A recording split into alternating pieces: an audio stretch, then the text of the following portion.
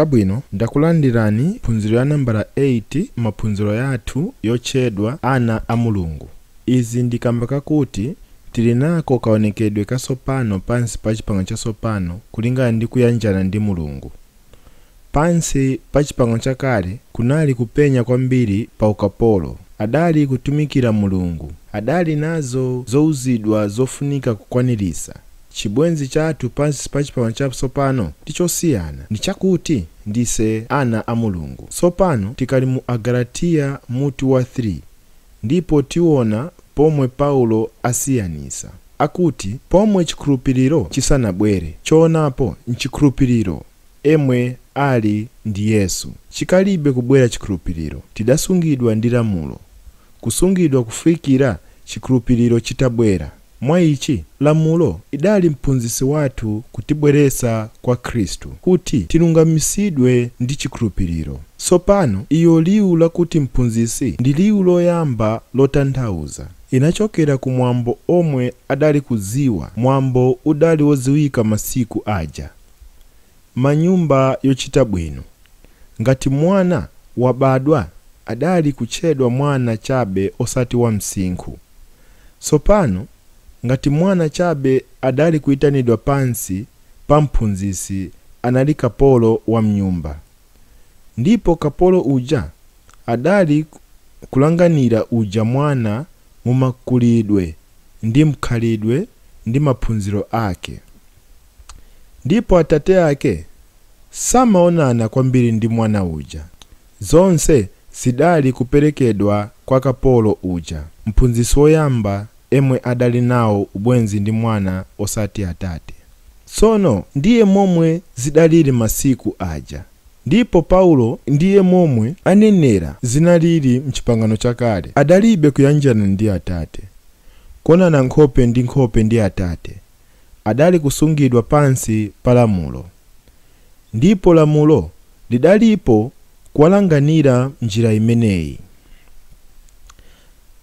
Mu Agalatiya mutu 4 ndime yoyamba Paulo anena izi, akuti sopano ndinena kuti olandira cholowa uyu ndi mwana wachichepere, emwe siku lina azalandira zinthu zonse kwa atate ake. Ndinena olandira cholowa malinga akali mwana wachichepere, sasiyana ndi kapolo, sasiyana ndi kapolo wa mnyumba. Auzidwa zochita, alibe kukambirana uku, salandira danga, omsogolera akhala kapolo, ndipo sali nawo ulamuliro opambana kapolo pa nthawi ija. Ngakhale ndi mbuye wa zonse, ndipo siku lina zatenga zonse, zilibe kanthu pa nthawi ija. Sali opambana ngakhale kapolo, koma ali pansi pa omulanganira ndi omphunzitsa kufikira pa nthawi yomwe atate ache adayika. Kodi izi zitanthauzanji? Zitanthauza kuti panali nthawi yapadera inayi kuonesedwa ndi zochitika ngati chisangalalo chionesa kuti zonse izi zili pafupi ndi kusintha. Uyu mwana wachichepere sazatchedwanso mwana koma wa msinkhu, azayikidwa sopano m'banja la atate ake. Koma zioneka zodabwisa miyambo yathu, koma ndiye momwe zidalili kuti uyu mwana wachichepere pomwe wakula msinkhu ndipo amayikidwa m'banja la atate ake, ndipo sadalinso mwana. Tanthauzo lake ndi lakuti zinthu zimafunika kusintha kuchokera pomwe paja. Ngati momwe Mulungu achitira ndi anthu ake, panali nthawi yomwe anthu a Mulungu adali kuyikidwa m'banja lake ndi kuyamba kuyanjana ndi iye ngati ana a Mulungu. Kodi inali nthawi iti? Panali pamtanda, ndi pomwe Yesu adabwera. Ndiye pomwe Paulo adanenera pamutu ndime ya 4 pomwe nthawi idafika. Iyi ndiye nthawi yonesera. Mulungu adatuma mwana wake, obadwa mwa mkazi, obadwa pansi pa lamulo, chifukwa kuti aombole ali pansi pa lamulo. Ndipo timanena pali Mulungu kutiwombola ku machimo athu, ndipo adatero. Koma penyani pa izi, Yesu adatiwombolanso ku lamulo.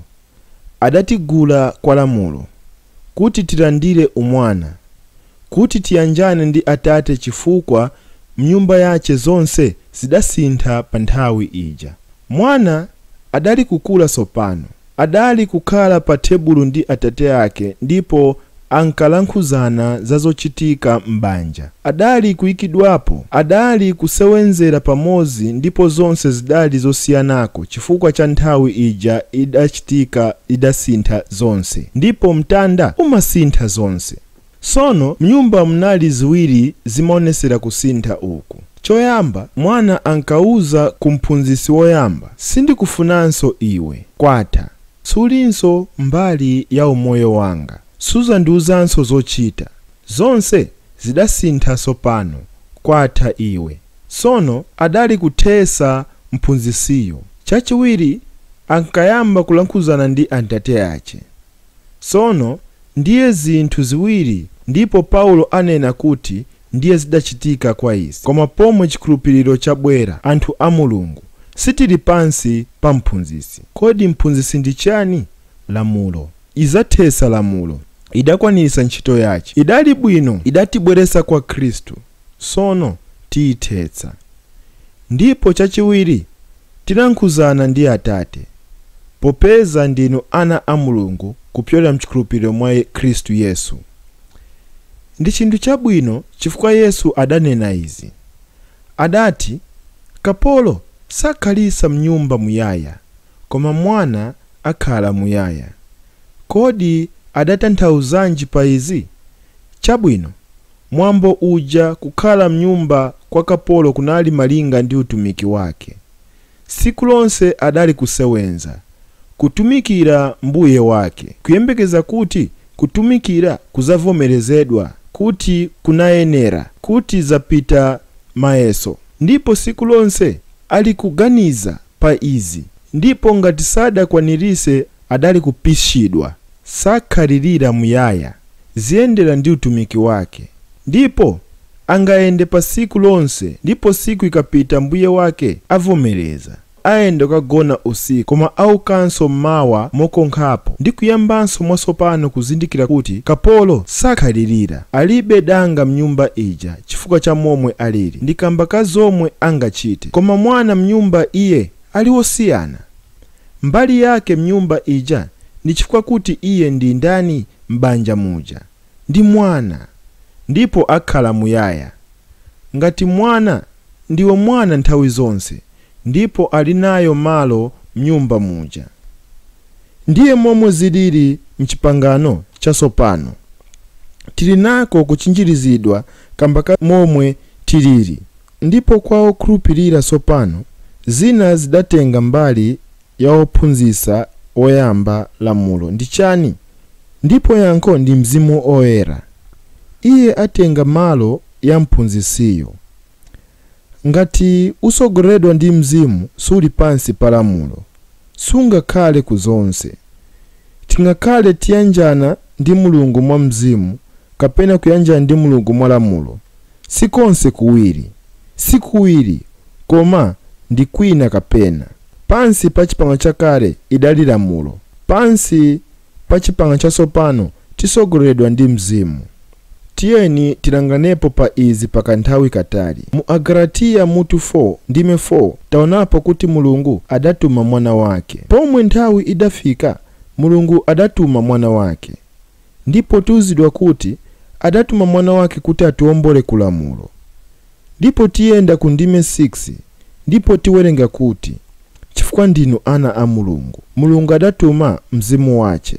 Onani momwe adalankhulira, osati Mzimu wake koma Mzimu wa mwana wake mu mtima mwanu, olirira Aba Atate. Kodi kusiyana ndi kuti? Chabwino, mwa Khristu tili nawo umwana.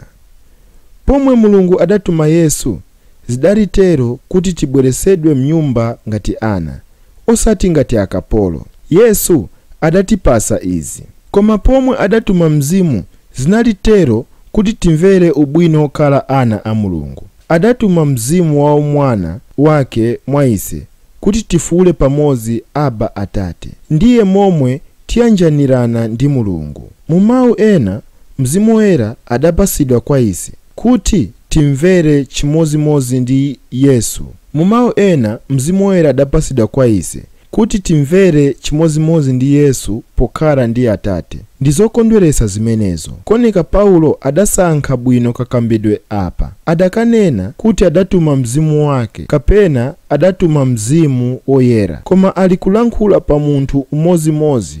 Koma alankhula chabe kuti adatuma mzimu wa mwana wake mu mtima mwanu kuti timvere ngati Yesu pokhala ndi Mulungu. Izo ndizokondweresa. Sopano apa ndiye pali chiopsezo. Zopseza ndizakuti tingabwereremo kuyanjana ndi Atate ngati anthu achipangano chakale. Ndiye zomwe Agalatiya adali kuchita. Iwo adagwiriridwa, kulozedwa, kunamidwa kuti abwerere pansi pa lamulo.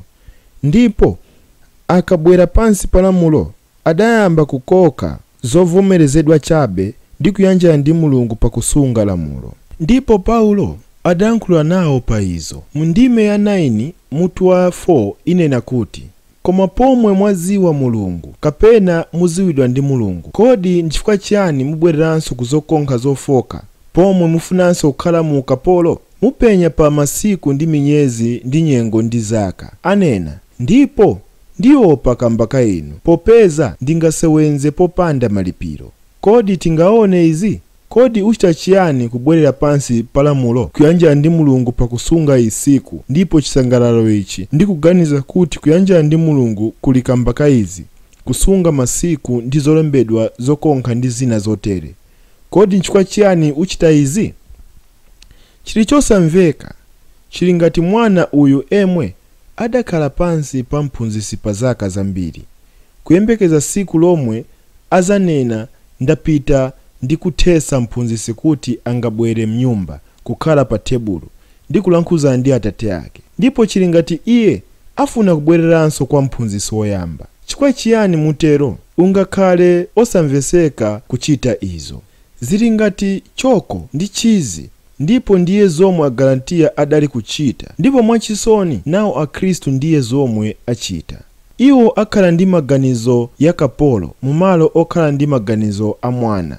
Maganizo ya kapolo yaonesedwa ndi lamulo. Ndipo penyani pa izi opasa lamulo. Chifukwa ngati pali malamulo pafunika anthu opasa malamulo. Ndipo omwe aja akhala openya pa malamuloyo ufunika kupenyesesa kuti wayasunga yonse bwino. Ndizindikira tinaonapo izi.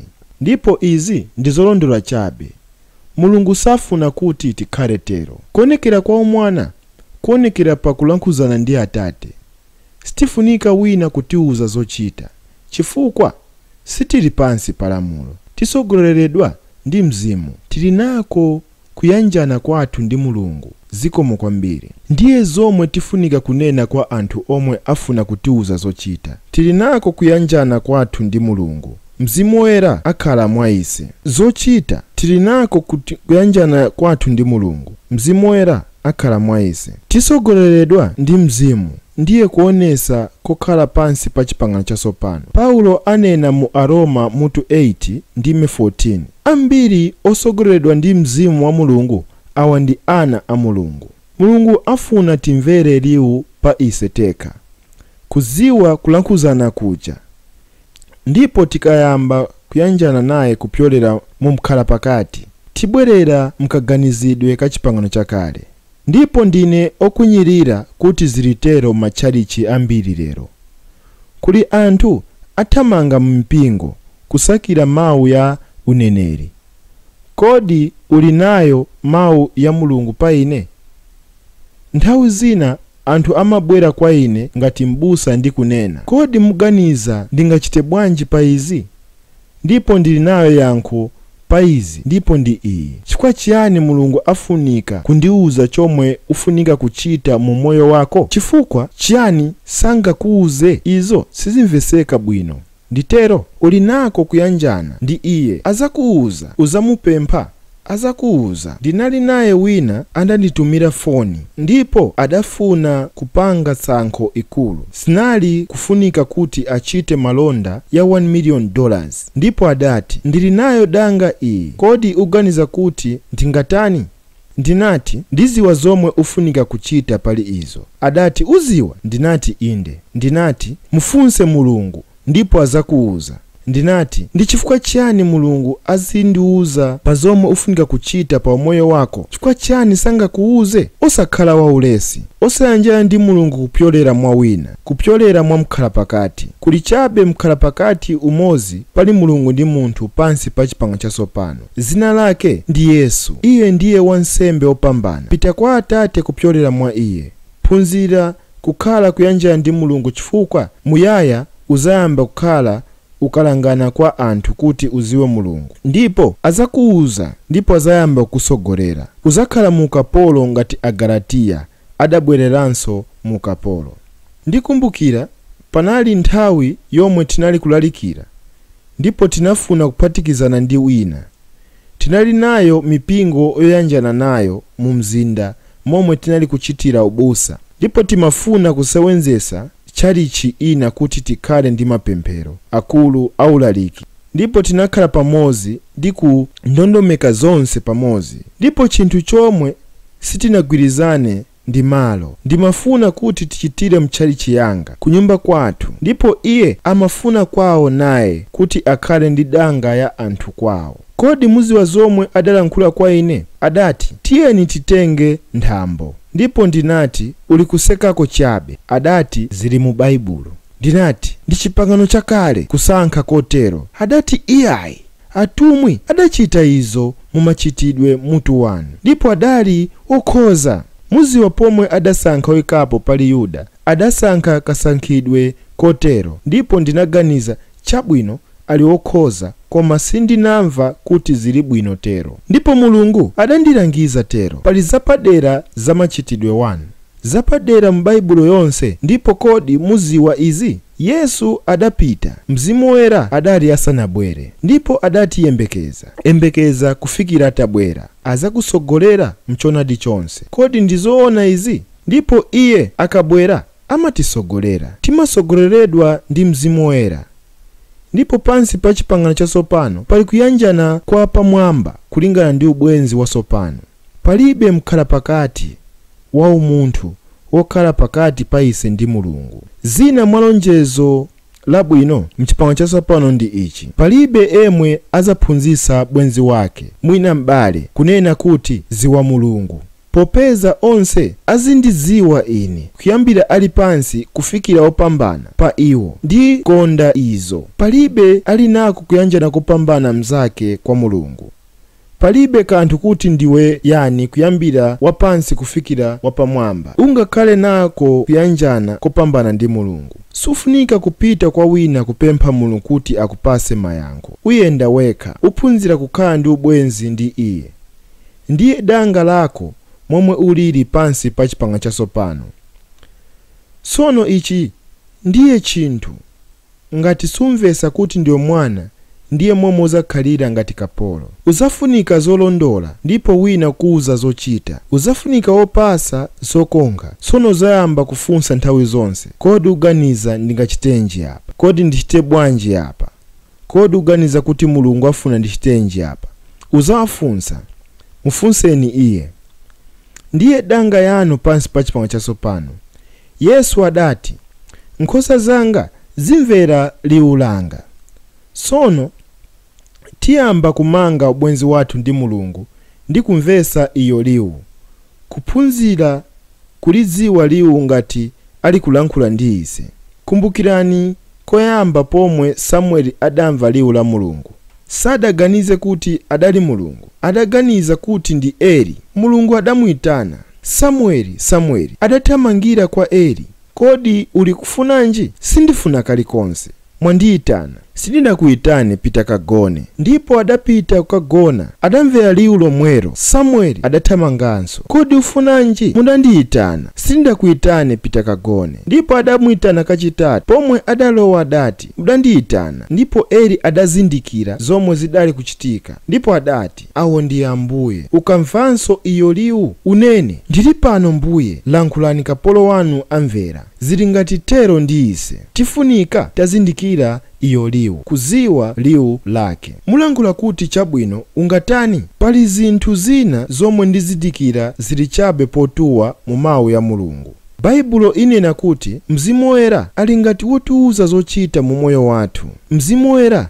azatisogolera ndi kutilangiza, ndipo kodi azachitanji bwanji izi? Azachita kupyolera mu mtendere, kapena kuti ngati mtendere wake palibe. Tizapemphererapo pa zinthu, ndipo ngati zili bwino tikumva mtendere pa izo. Sitingamasule pa izi, koma tikumva mtendere. Sitimva kususana kulikonse, kusapumula kulikonse, koma ngakhale mzochitika kusaoneka bwino na izinso zilitero, timvera uja mtendere wa kupitiriza. Ndipo uyo ndi mtendere wa Mulungu, ndiye Mzimu wa Mulungu. Iyo liwu lilankhula likalankhula mu malemba kuti mtendere wa Mulungu uzakutchingirirani ndi kusogolerani, itanthauza kukhala ngati osogolera. Sono ampaya alankhula ngati bola ili pamzera, kodi inatuluka kapena ili mkati. Ndi liwu la osogolera masewera, alankhula paja kapena mkati nitero. Ndipo tikapemphera kwa Mulungu chili ngati timamva mkati pitiriza kapena mwina paja panja, sono timabwera ndi kulankhula sindimva bwino pa izi, palibe mtendere pa ichi, ndikumva kususana pa izi.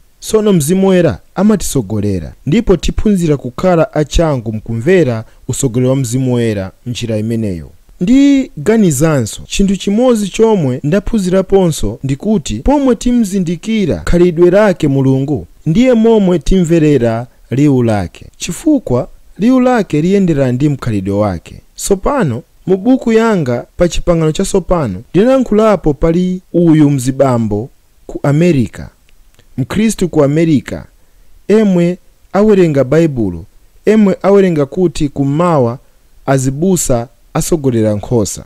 Koma kuno ku Australia ndi ku Amerika ndikosiyana, tisogolera nkhosa, titenga galu osogolera nkhosa ndipo tizisogolera, koma pakati pachakummawa apita aitana ndipo zimukonga. Sono uyu wa ku Amerika adakondwera ndi izi, ndipo adali kupita ku Israeli, ndipo chinthu choyamba chomwe amafunika kuchita ndi kupita ku malo aulimi ndi kuona ichi chinthu. Isiku nkhosa zonse zidali kubweresedwa ku mzinda, ndipo adafuna kuona mbusa kusogolera nkhosa. Adakhala paja kuyembekeza, ndipo mwazizizi adamva chongo kuti ba, ndipo nkhosa zonse zinali kubwera. Adayimirira ndi kupenya, koma kudabwisa kuti panali munthu uyu pambuyo pake akupundirira ndi kuziopsa ndi kuyimya minyendo kumbuyo ndi kukwapula pasogolo.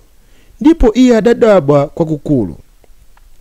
Ena okhala komweko adamuona ndi maonekedwe ache pamaso, ndipo adati, kodi vuto ndi chani? Adati, sindiye momwe zifunika kukhalira. Mbusa afunika kusogolera nkhosa, koma sindiye momwe zilili kuno. Adati, sali mbusa iye, ndi ogulisa nyama. Ndizindikira kuti ena tinamvapo ogulisa nyama kuguwa, ena tinawamva ogulisa nyama. Uja si mbusa, Yesu ndiye mbusa wathu. Iye atisogolera moleza ndi kutipereka pasogolo ndi liwu laling'ono lake. Wina adanenapo kuti Mulungu asogolera, koma Satana akankha. Satana akankhira kusogolo kusiyana ndi mtendere uli mu mtima wako.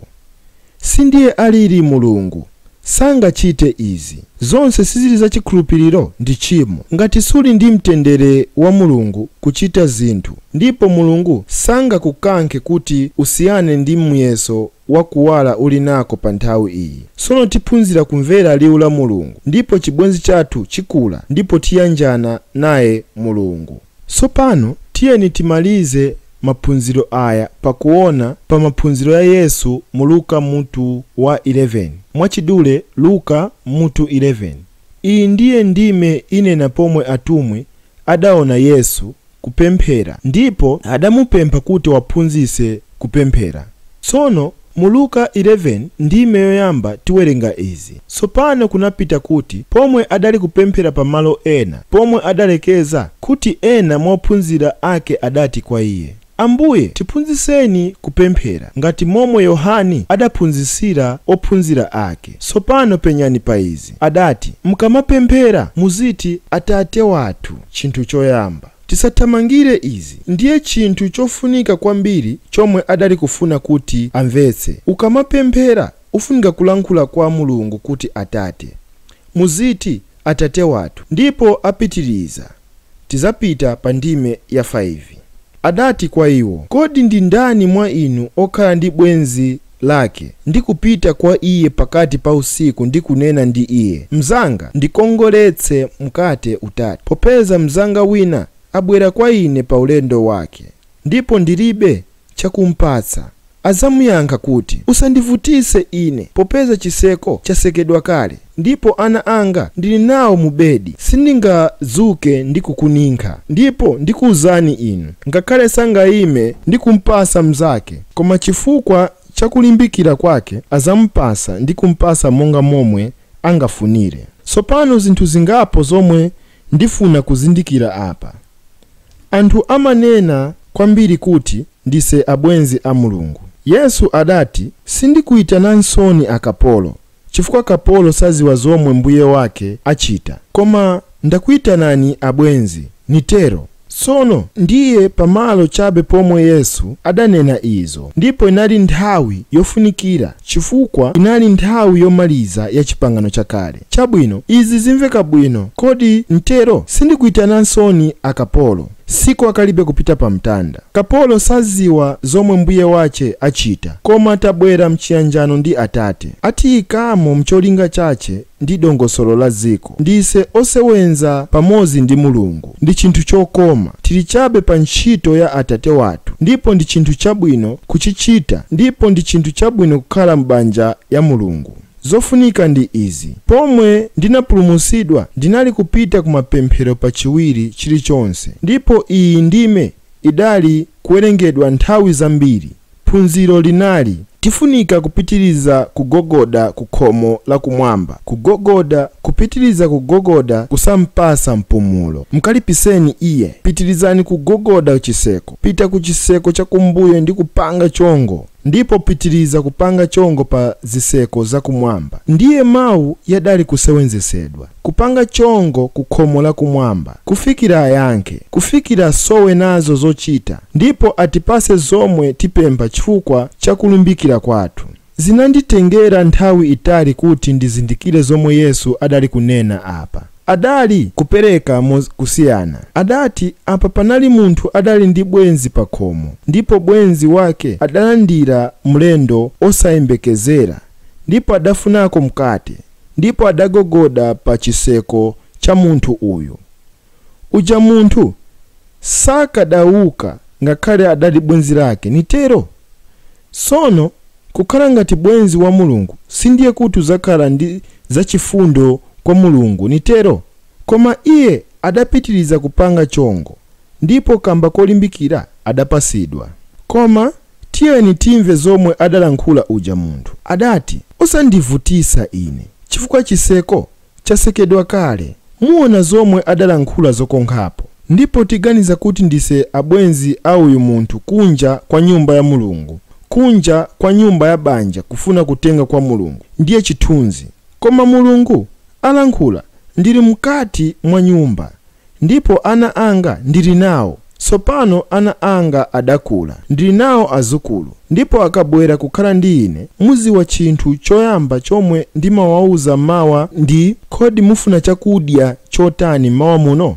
Ndifuna ndiwaninke, ndiwapase zomwe afuna. Muziwa momwe alili ana masiku yano. Kodi muli ndi chiyani? Tili ndi ma Weet-Bix, tili nayo ma cornflakes, tili nayo toast, tili nayo marmalade, mungakhale nayo mazira yokazinga. Ndimawapasa zoonapo. Ndifuna ndiwaninke. Komanso iye angapite ndi kuzithandiza apita mu friji. Kodi mzanga angabwere ndi kupita mu friji? Iyayi, ndimawakonda koma osapitirira. Tinacho chibwenzi chosiyana, koma banja langa ndiyosiyana. Kodi muona? Yesu anena, kapena Atate alankhula, ndili mkati ndi ana anga. Uli pabwalo, kwa iwo ali pabwalo. Ndipo anena mu ndime ya 9, sono ndilankhula ndi inu, kwa inu ana a Mulungu. Mukamapemphera muziti, Atate, ndikuti mupemphe zapasidwa kwa inu. Funa uzapeza, gogoda uzasekuliridwa. Popeza aliyense opempha azapasidwa. Iye wakufuna apeza, ndi kwa iye wakugogoda aseguliridwa. Ndipo inena izi, ngati mwana osati abwenzi. Ngati mwana apempha mkate kwa Atate, kwa inu mwa inu, kodi uzamupasa mwala? Kapena akapempha nsomba, azamupasa njoka m'malo ya nsomba? Kapena akapempha zira, kodi angamupase nkhanira? Ngati inu oyipa, ngati muziwa kupasa mphaso zabwino kwa ana anu, kodi ndikulephera bwanji kupasani Mzimu Woyera kwa iwo akupempha Iye? Ndipo kumasulira kwina kapena uthenga wa Mateyo ndiganiza udati kupasa zinthu zabwino kwa iwo omupempha. Kodi tingapenye sopano mphunzitso lonse ili mnjira ina? Sitili mchipangano chakale chogogoda pa chiseko kuti atipaseko zina. Ndise ana ake mnyumba ya Atate. Zonse zomwe tifuna zabwino pa ise azatipasa chifukwa atikonda. Ndipo tiye tibwere ku chipangano chasopano, tikhale ndi maganizo ya umwana. Tisaperekedwenso kulamulo kukhala ndi maganizo ya kapolo, yoganizira kuti Mulungu ali kutali ndi ise, ndipo tingapite kwa Iye kupyolera mwa wina. Iyayi, chinyula chidang'ambidwa, tili momwe akhala Mulungu. Komwe ulili aliko Mulungu. Komwe kuli Mulungu ndikoyera. Muli pa nthaka yoyera sopano, komwe mungapite kuli pa nthaka yoyera. Nthawi zina ndimawawuza anthu pa Sabata mmawa, tikachoka muno m'malo Mulungu samasala muno kuyembekeza kuti Sabata likuza muzabwera. Ndise malo oyera, ndinu kachisi. Komwe ulili ndiye komwe Mulungu ali, ndiye Atate wako, ndipo uli ndi Iye. Amen, amen.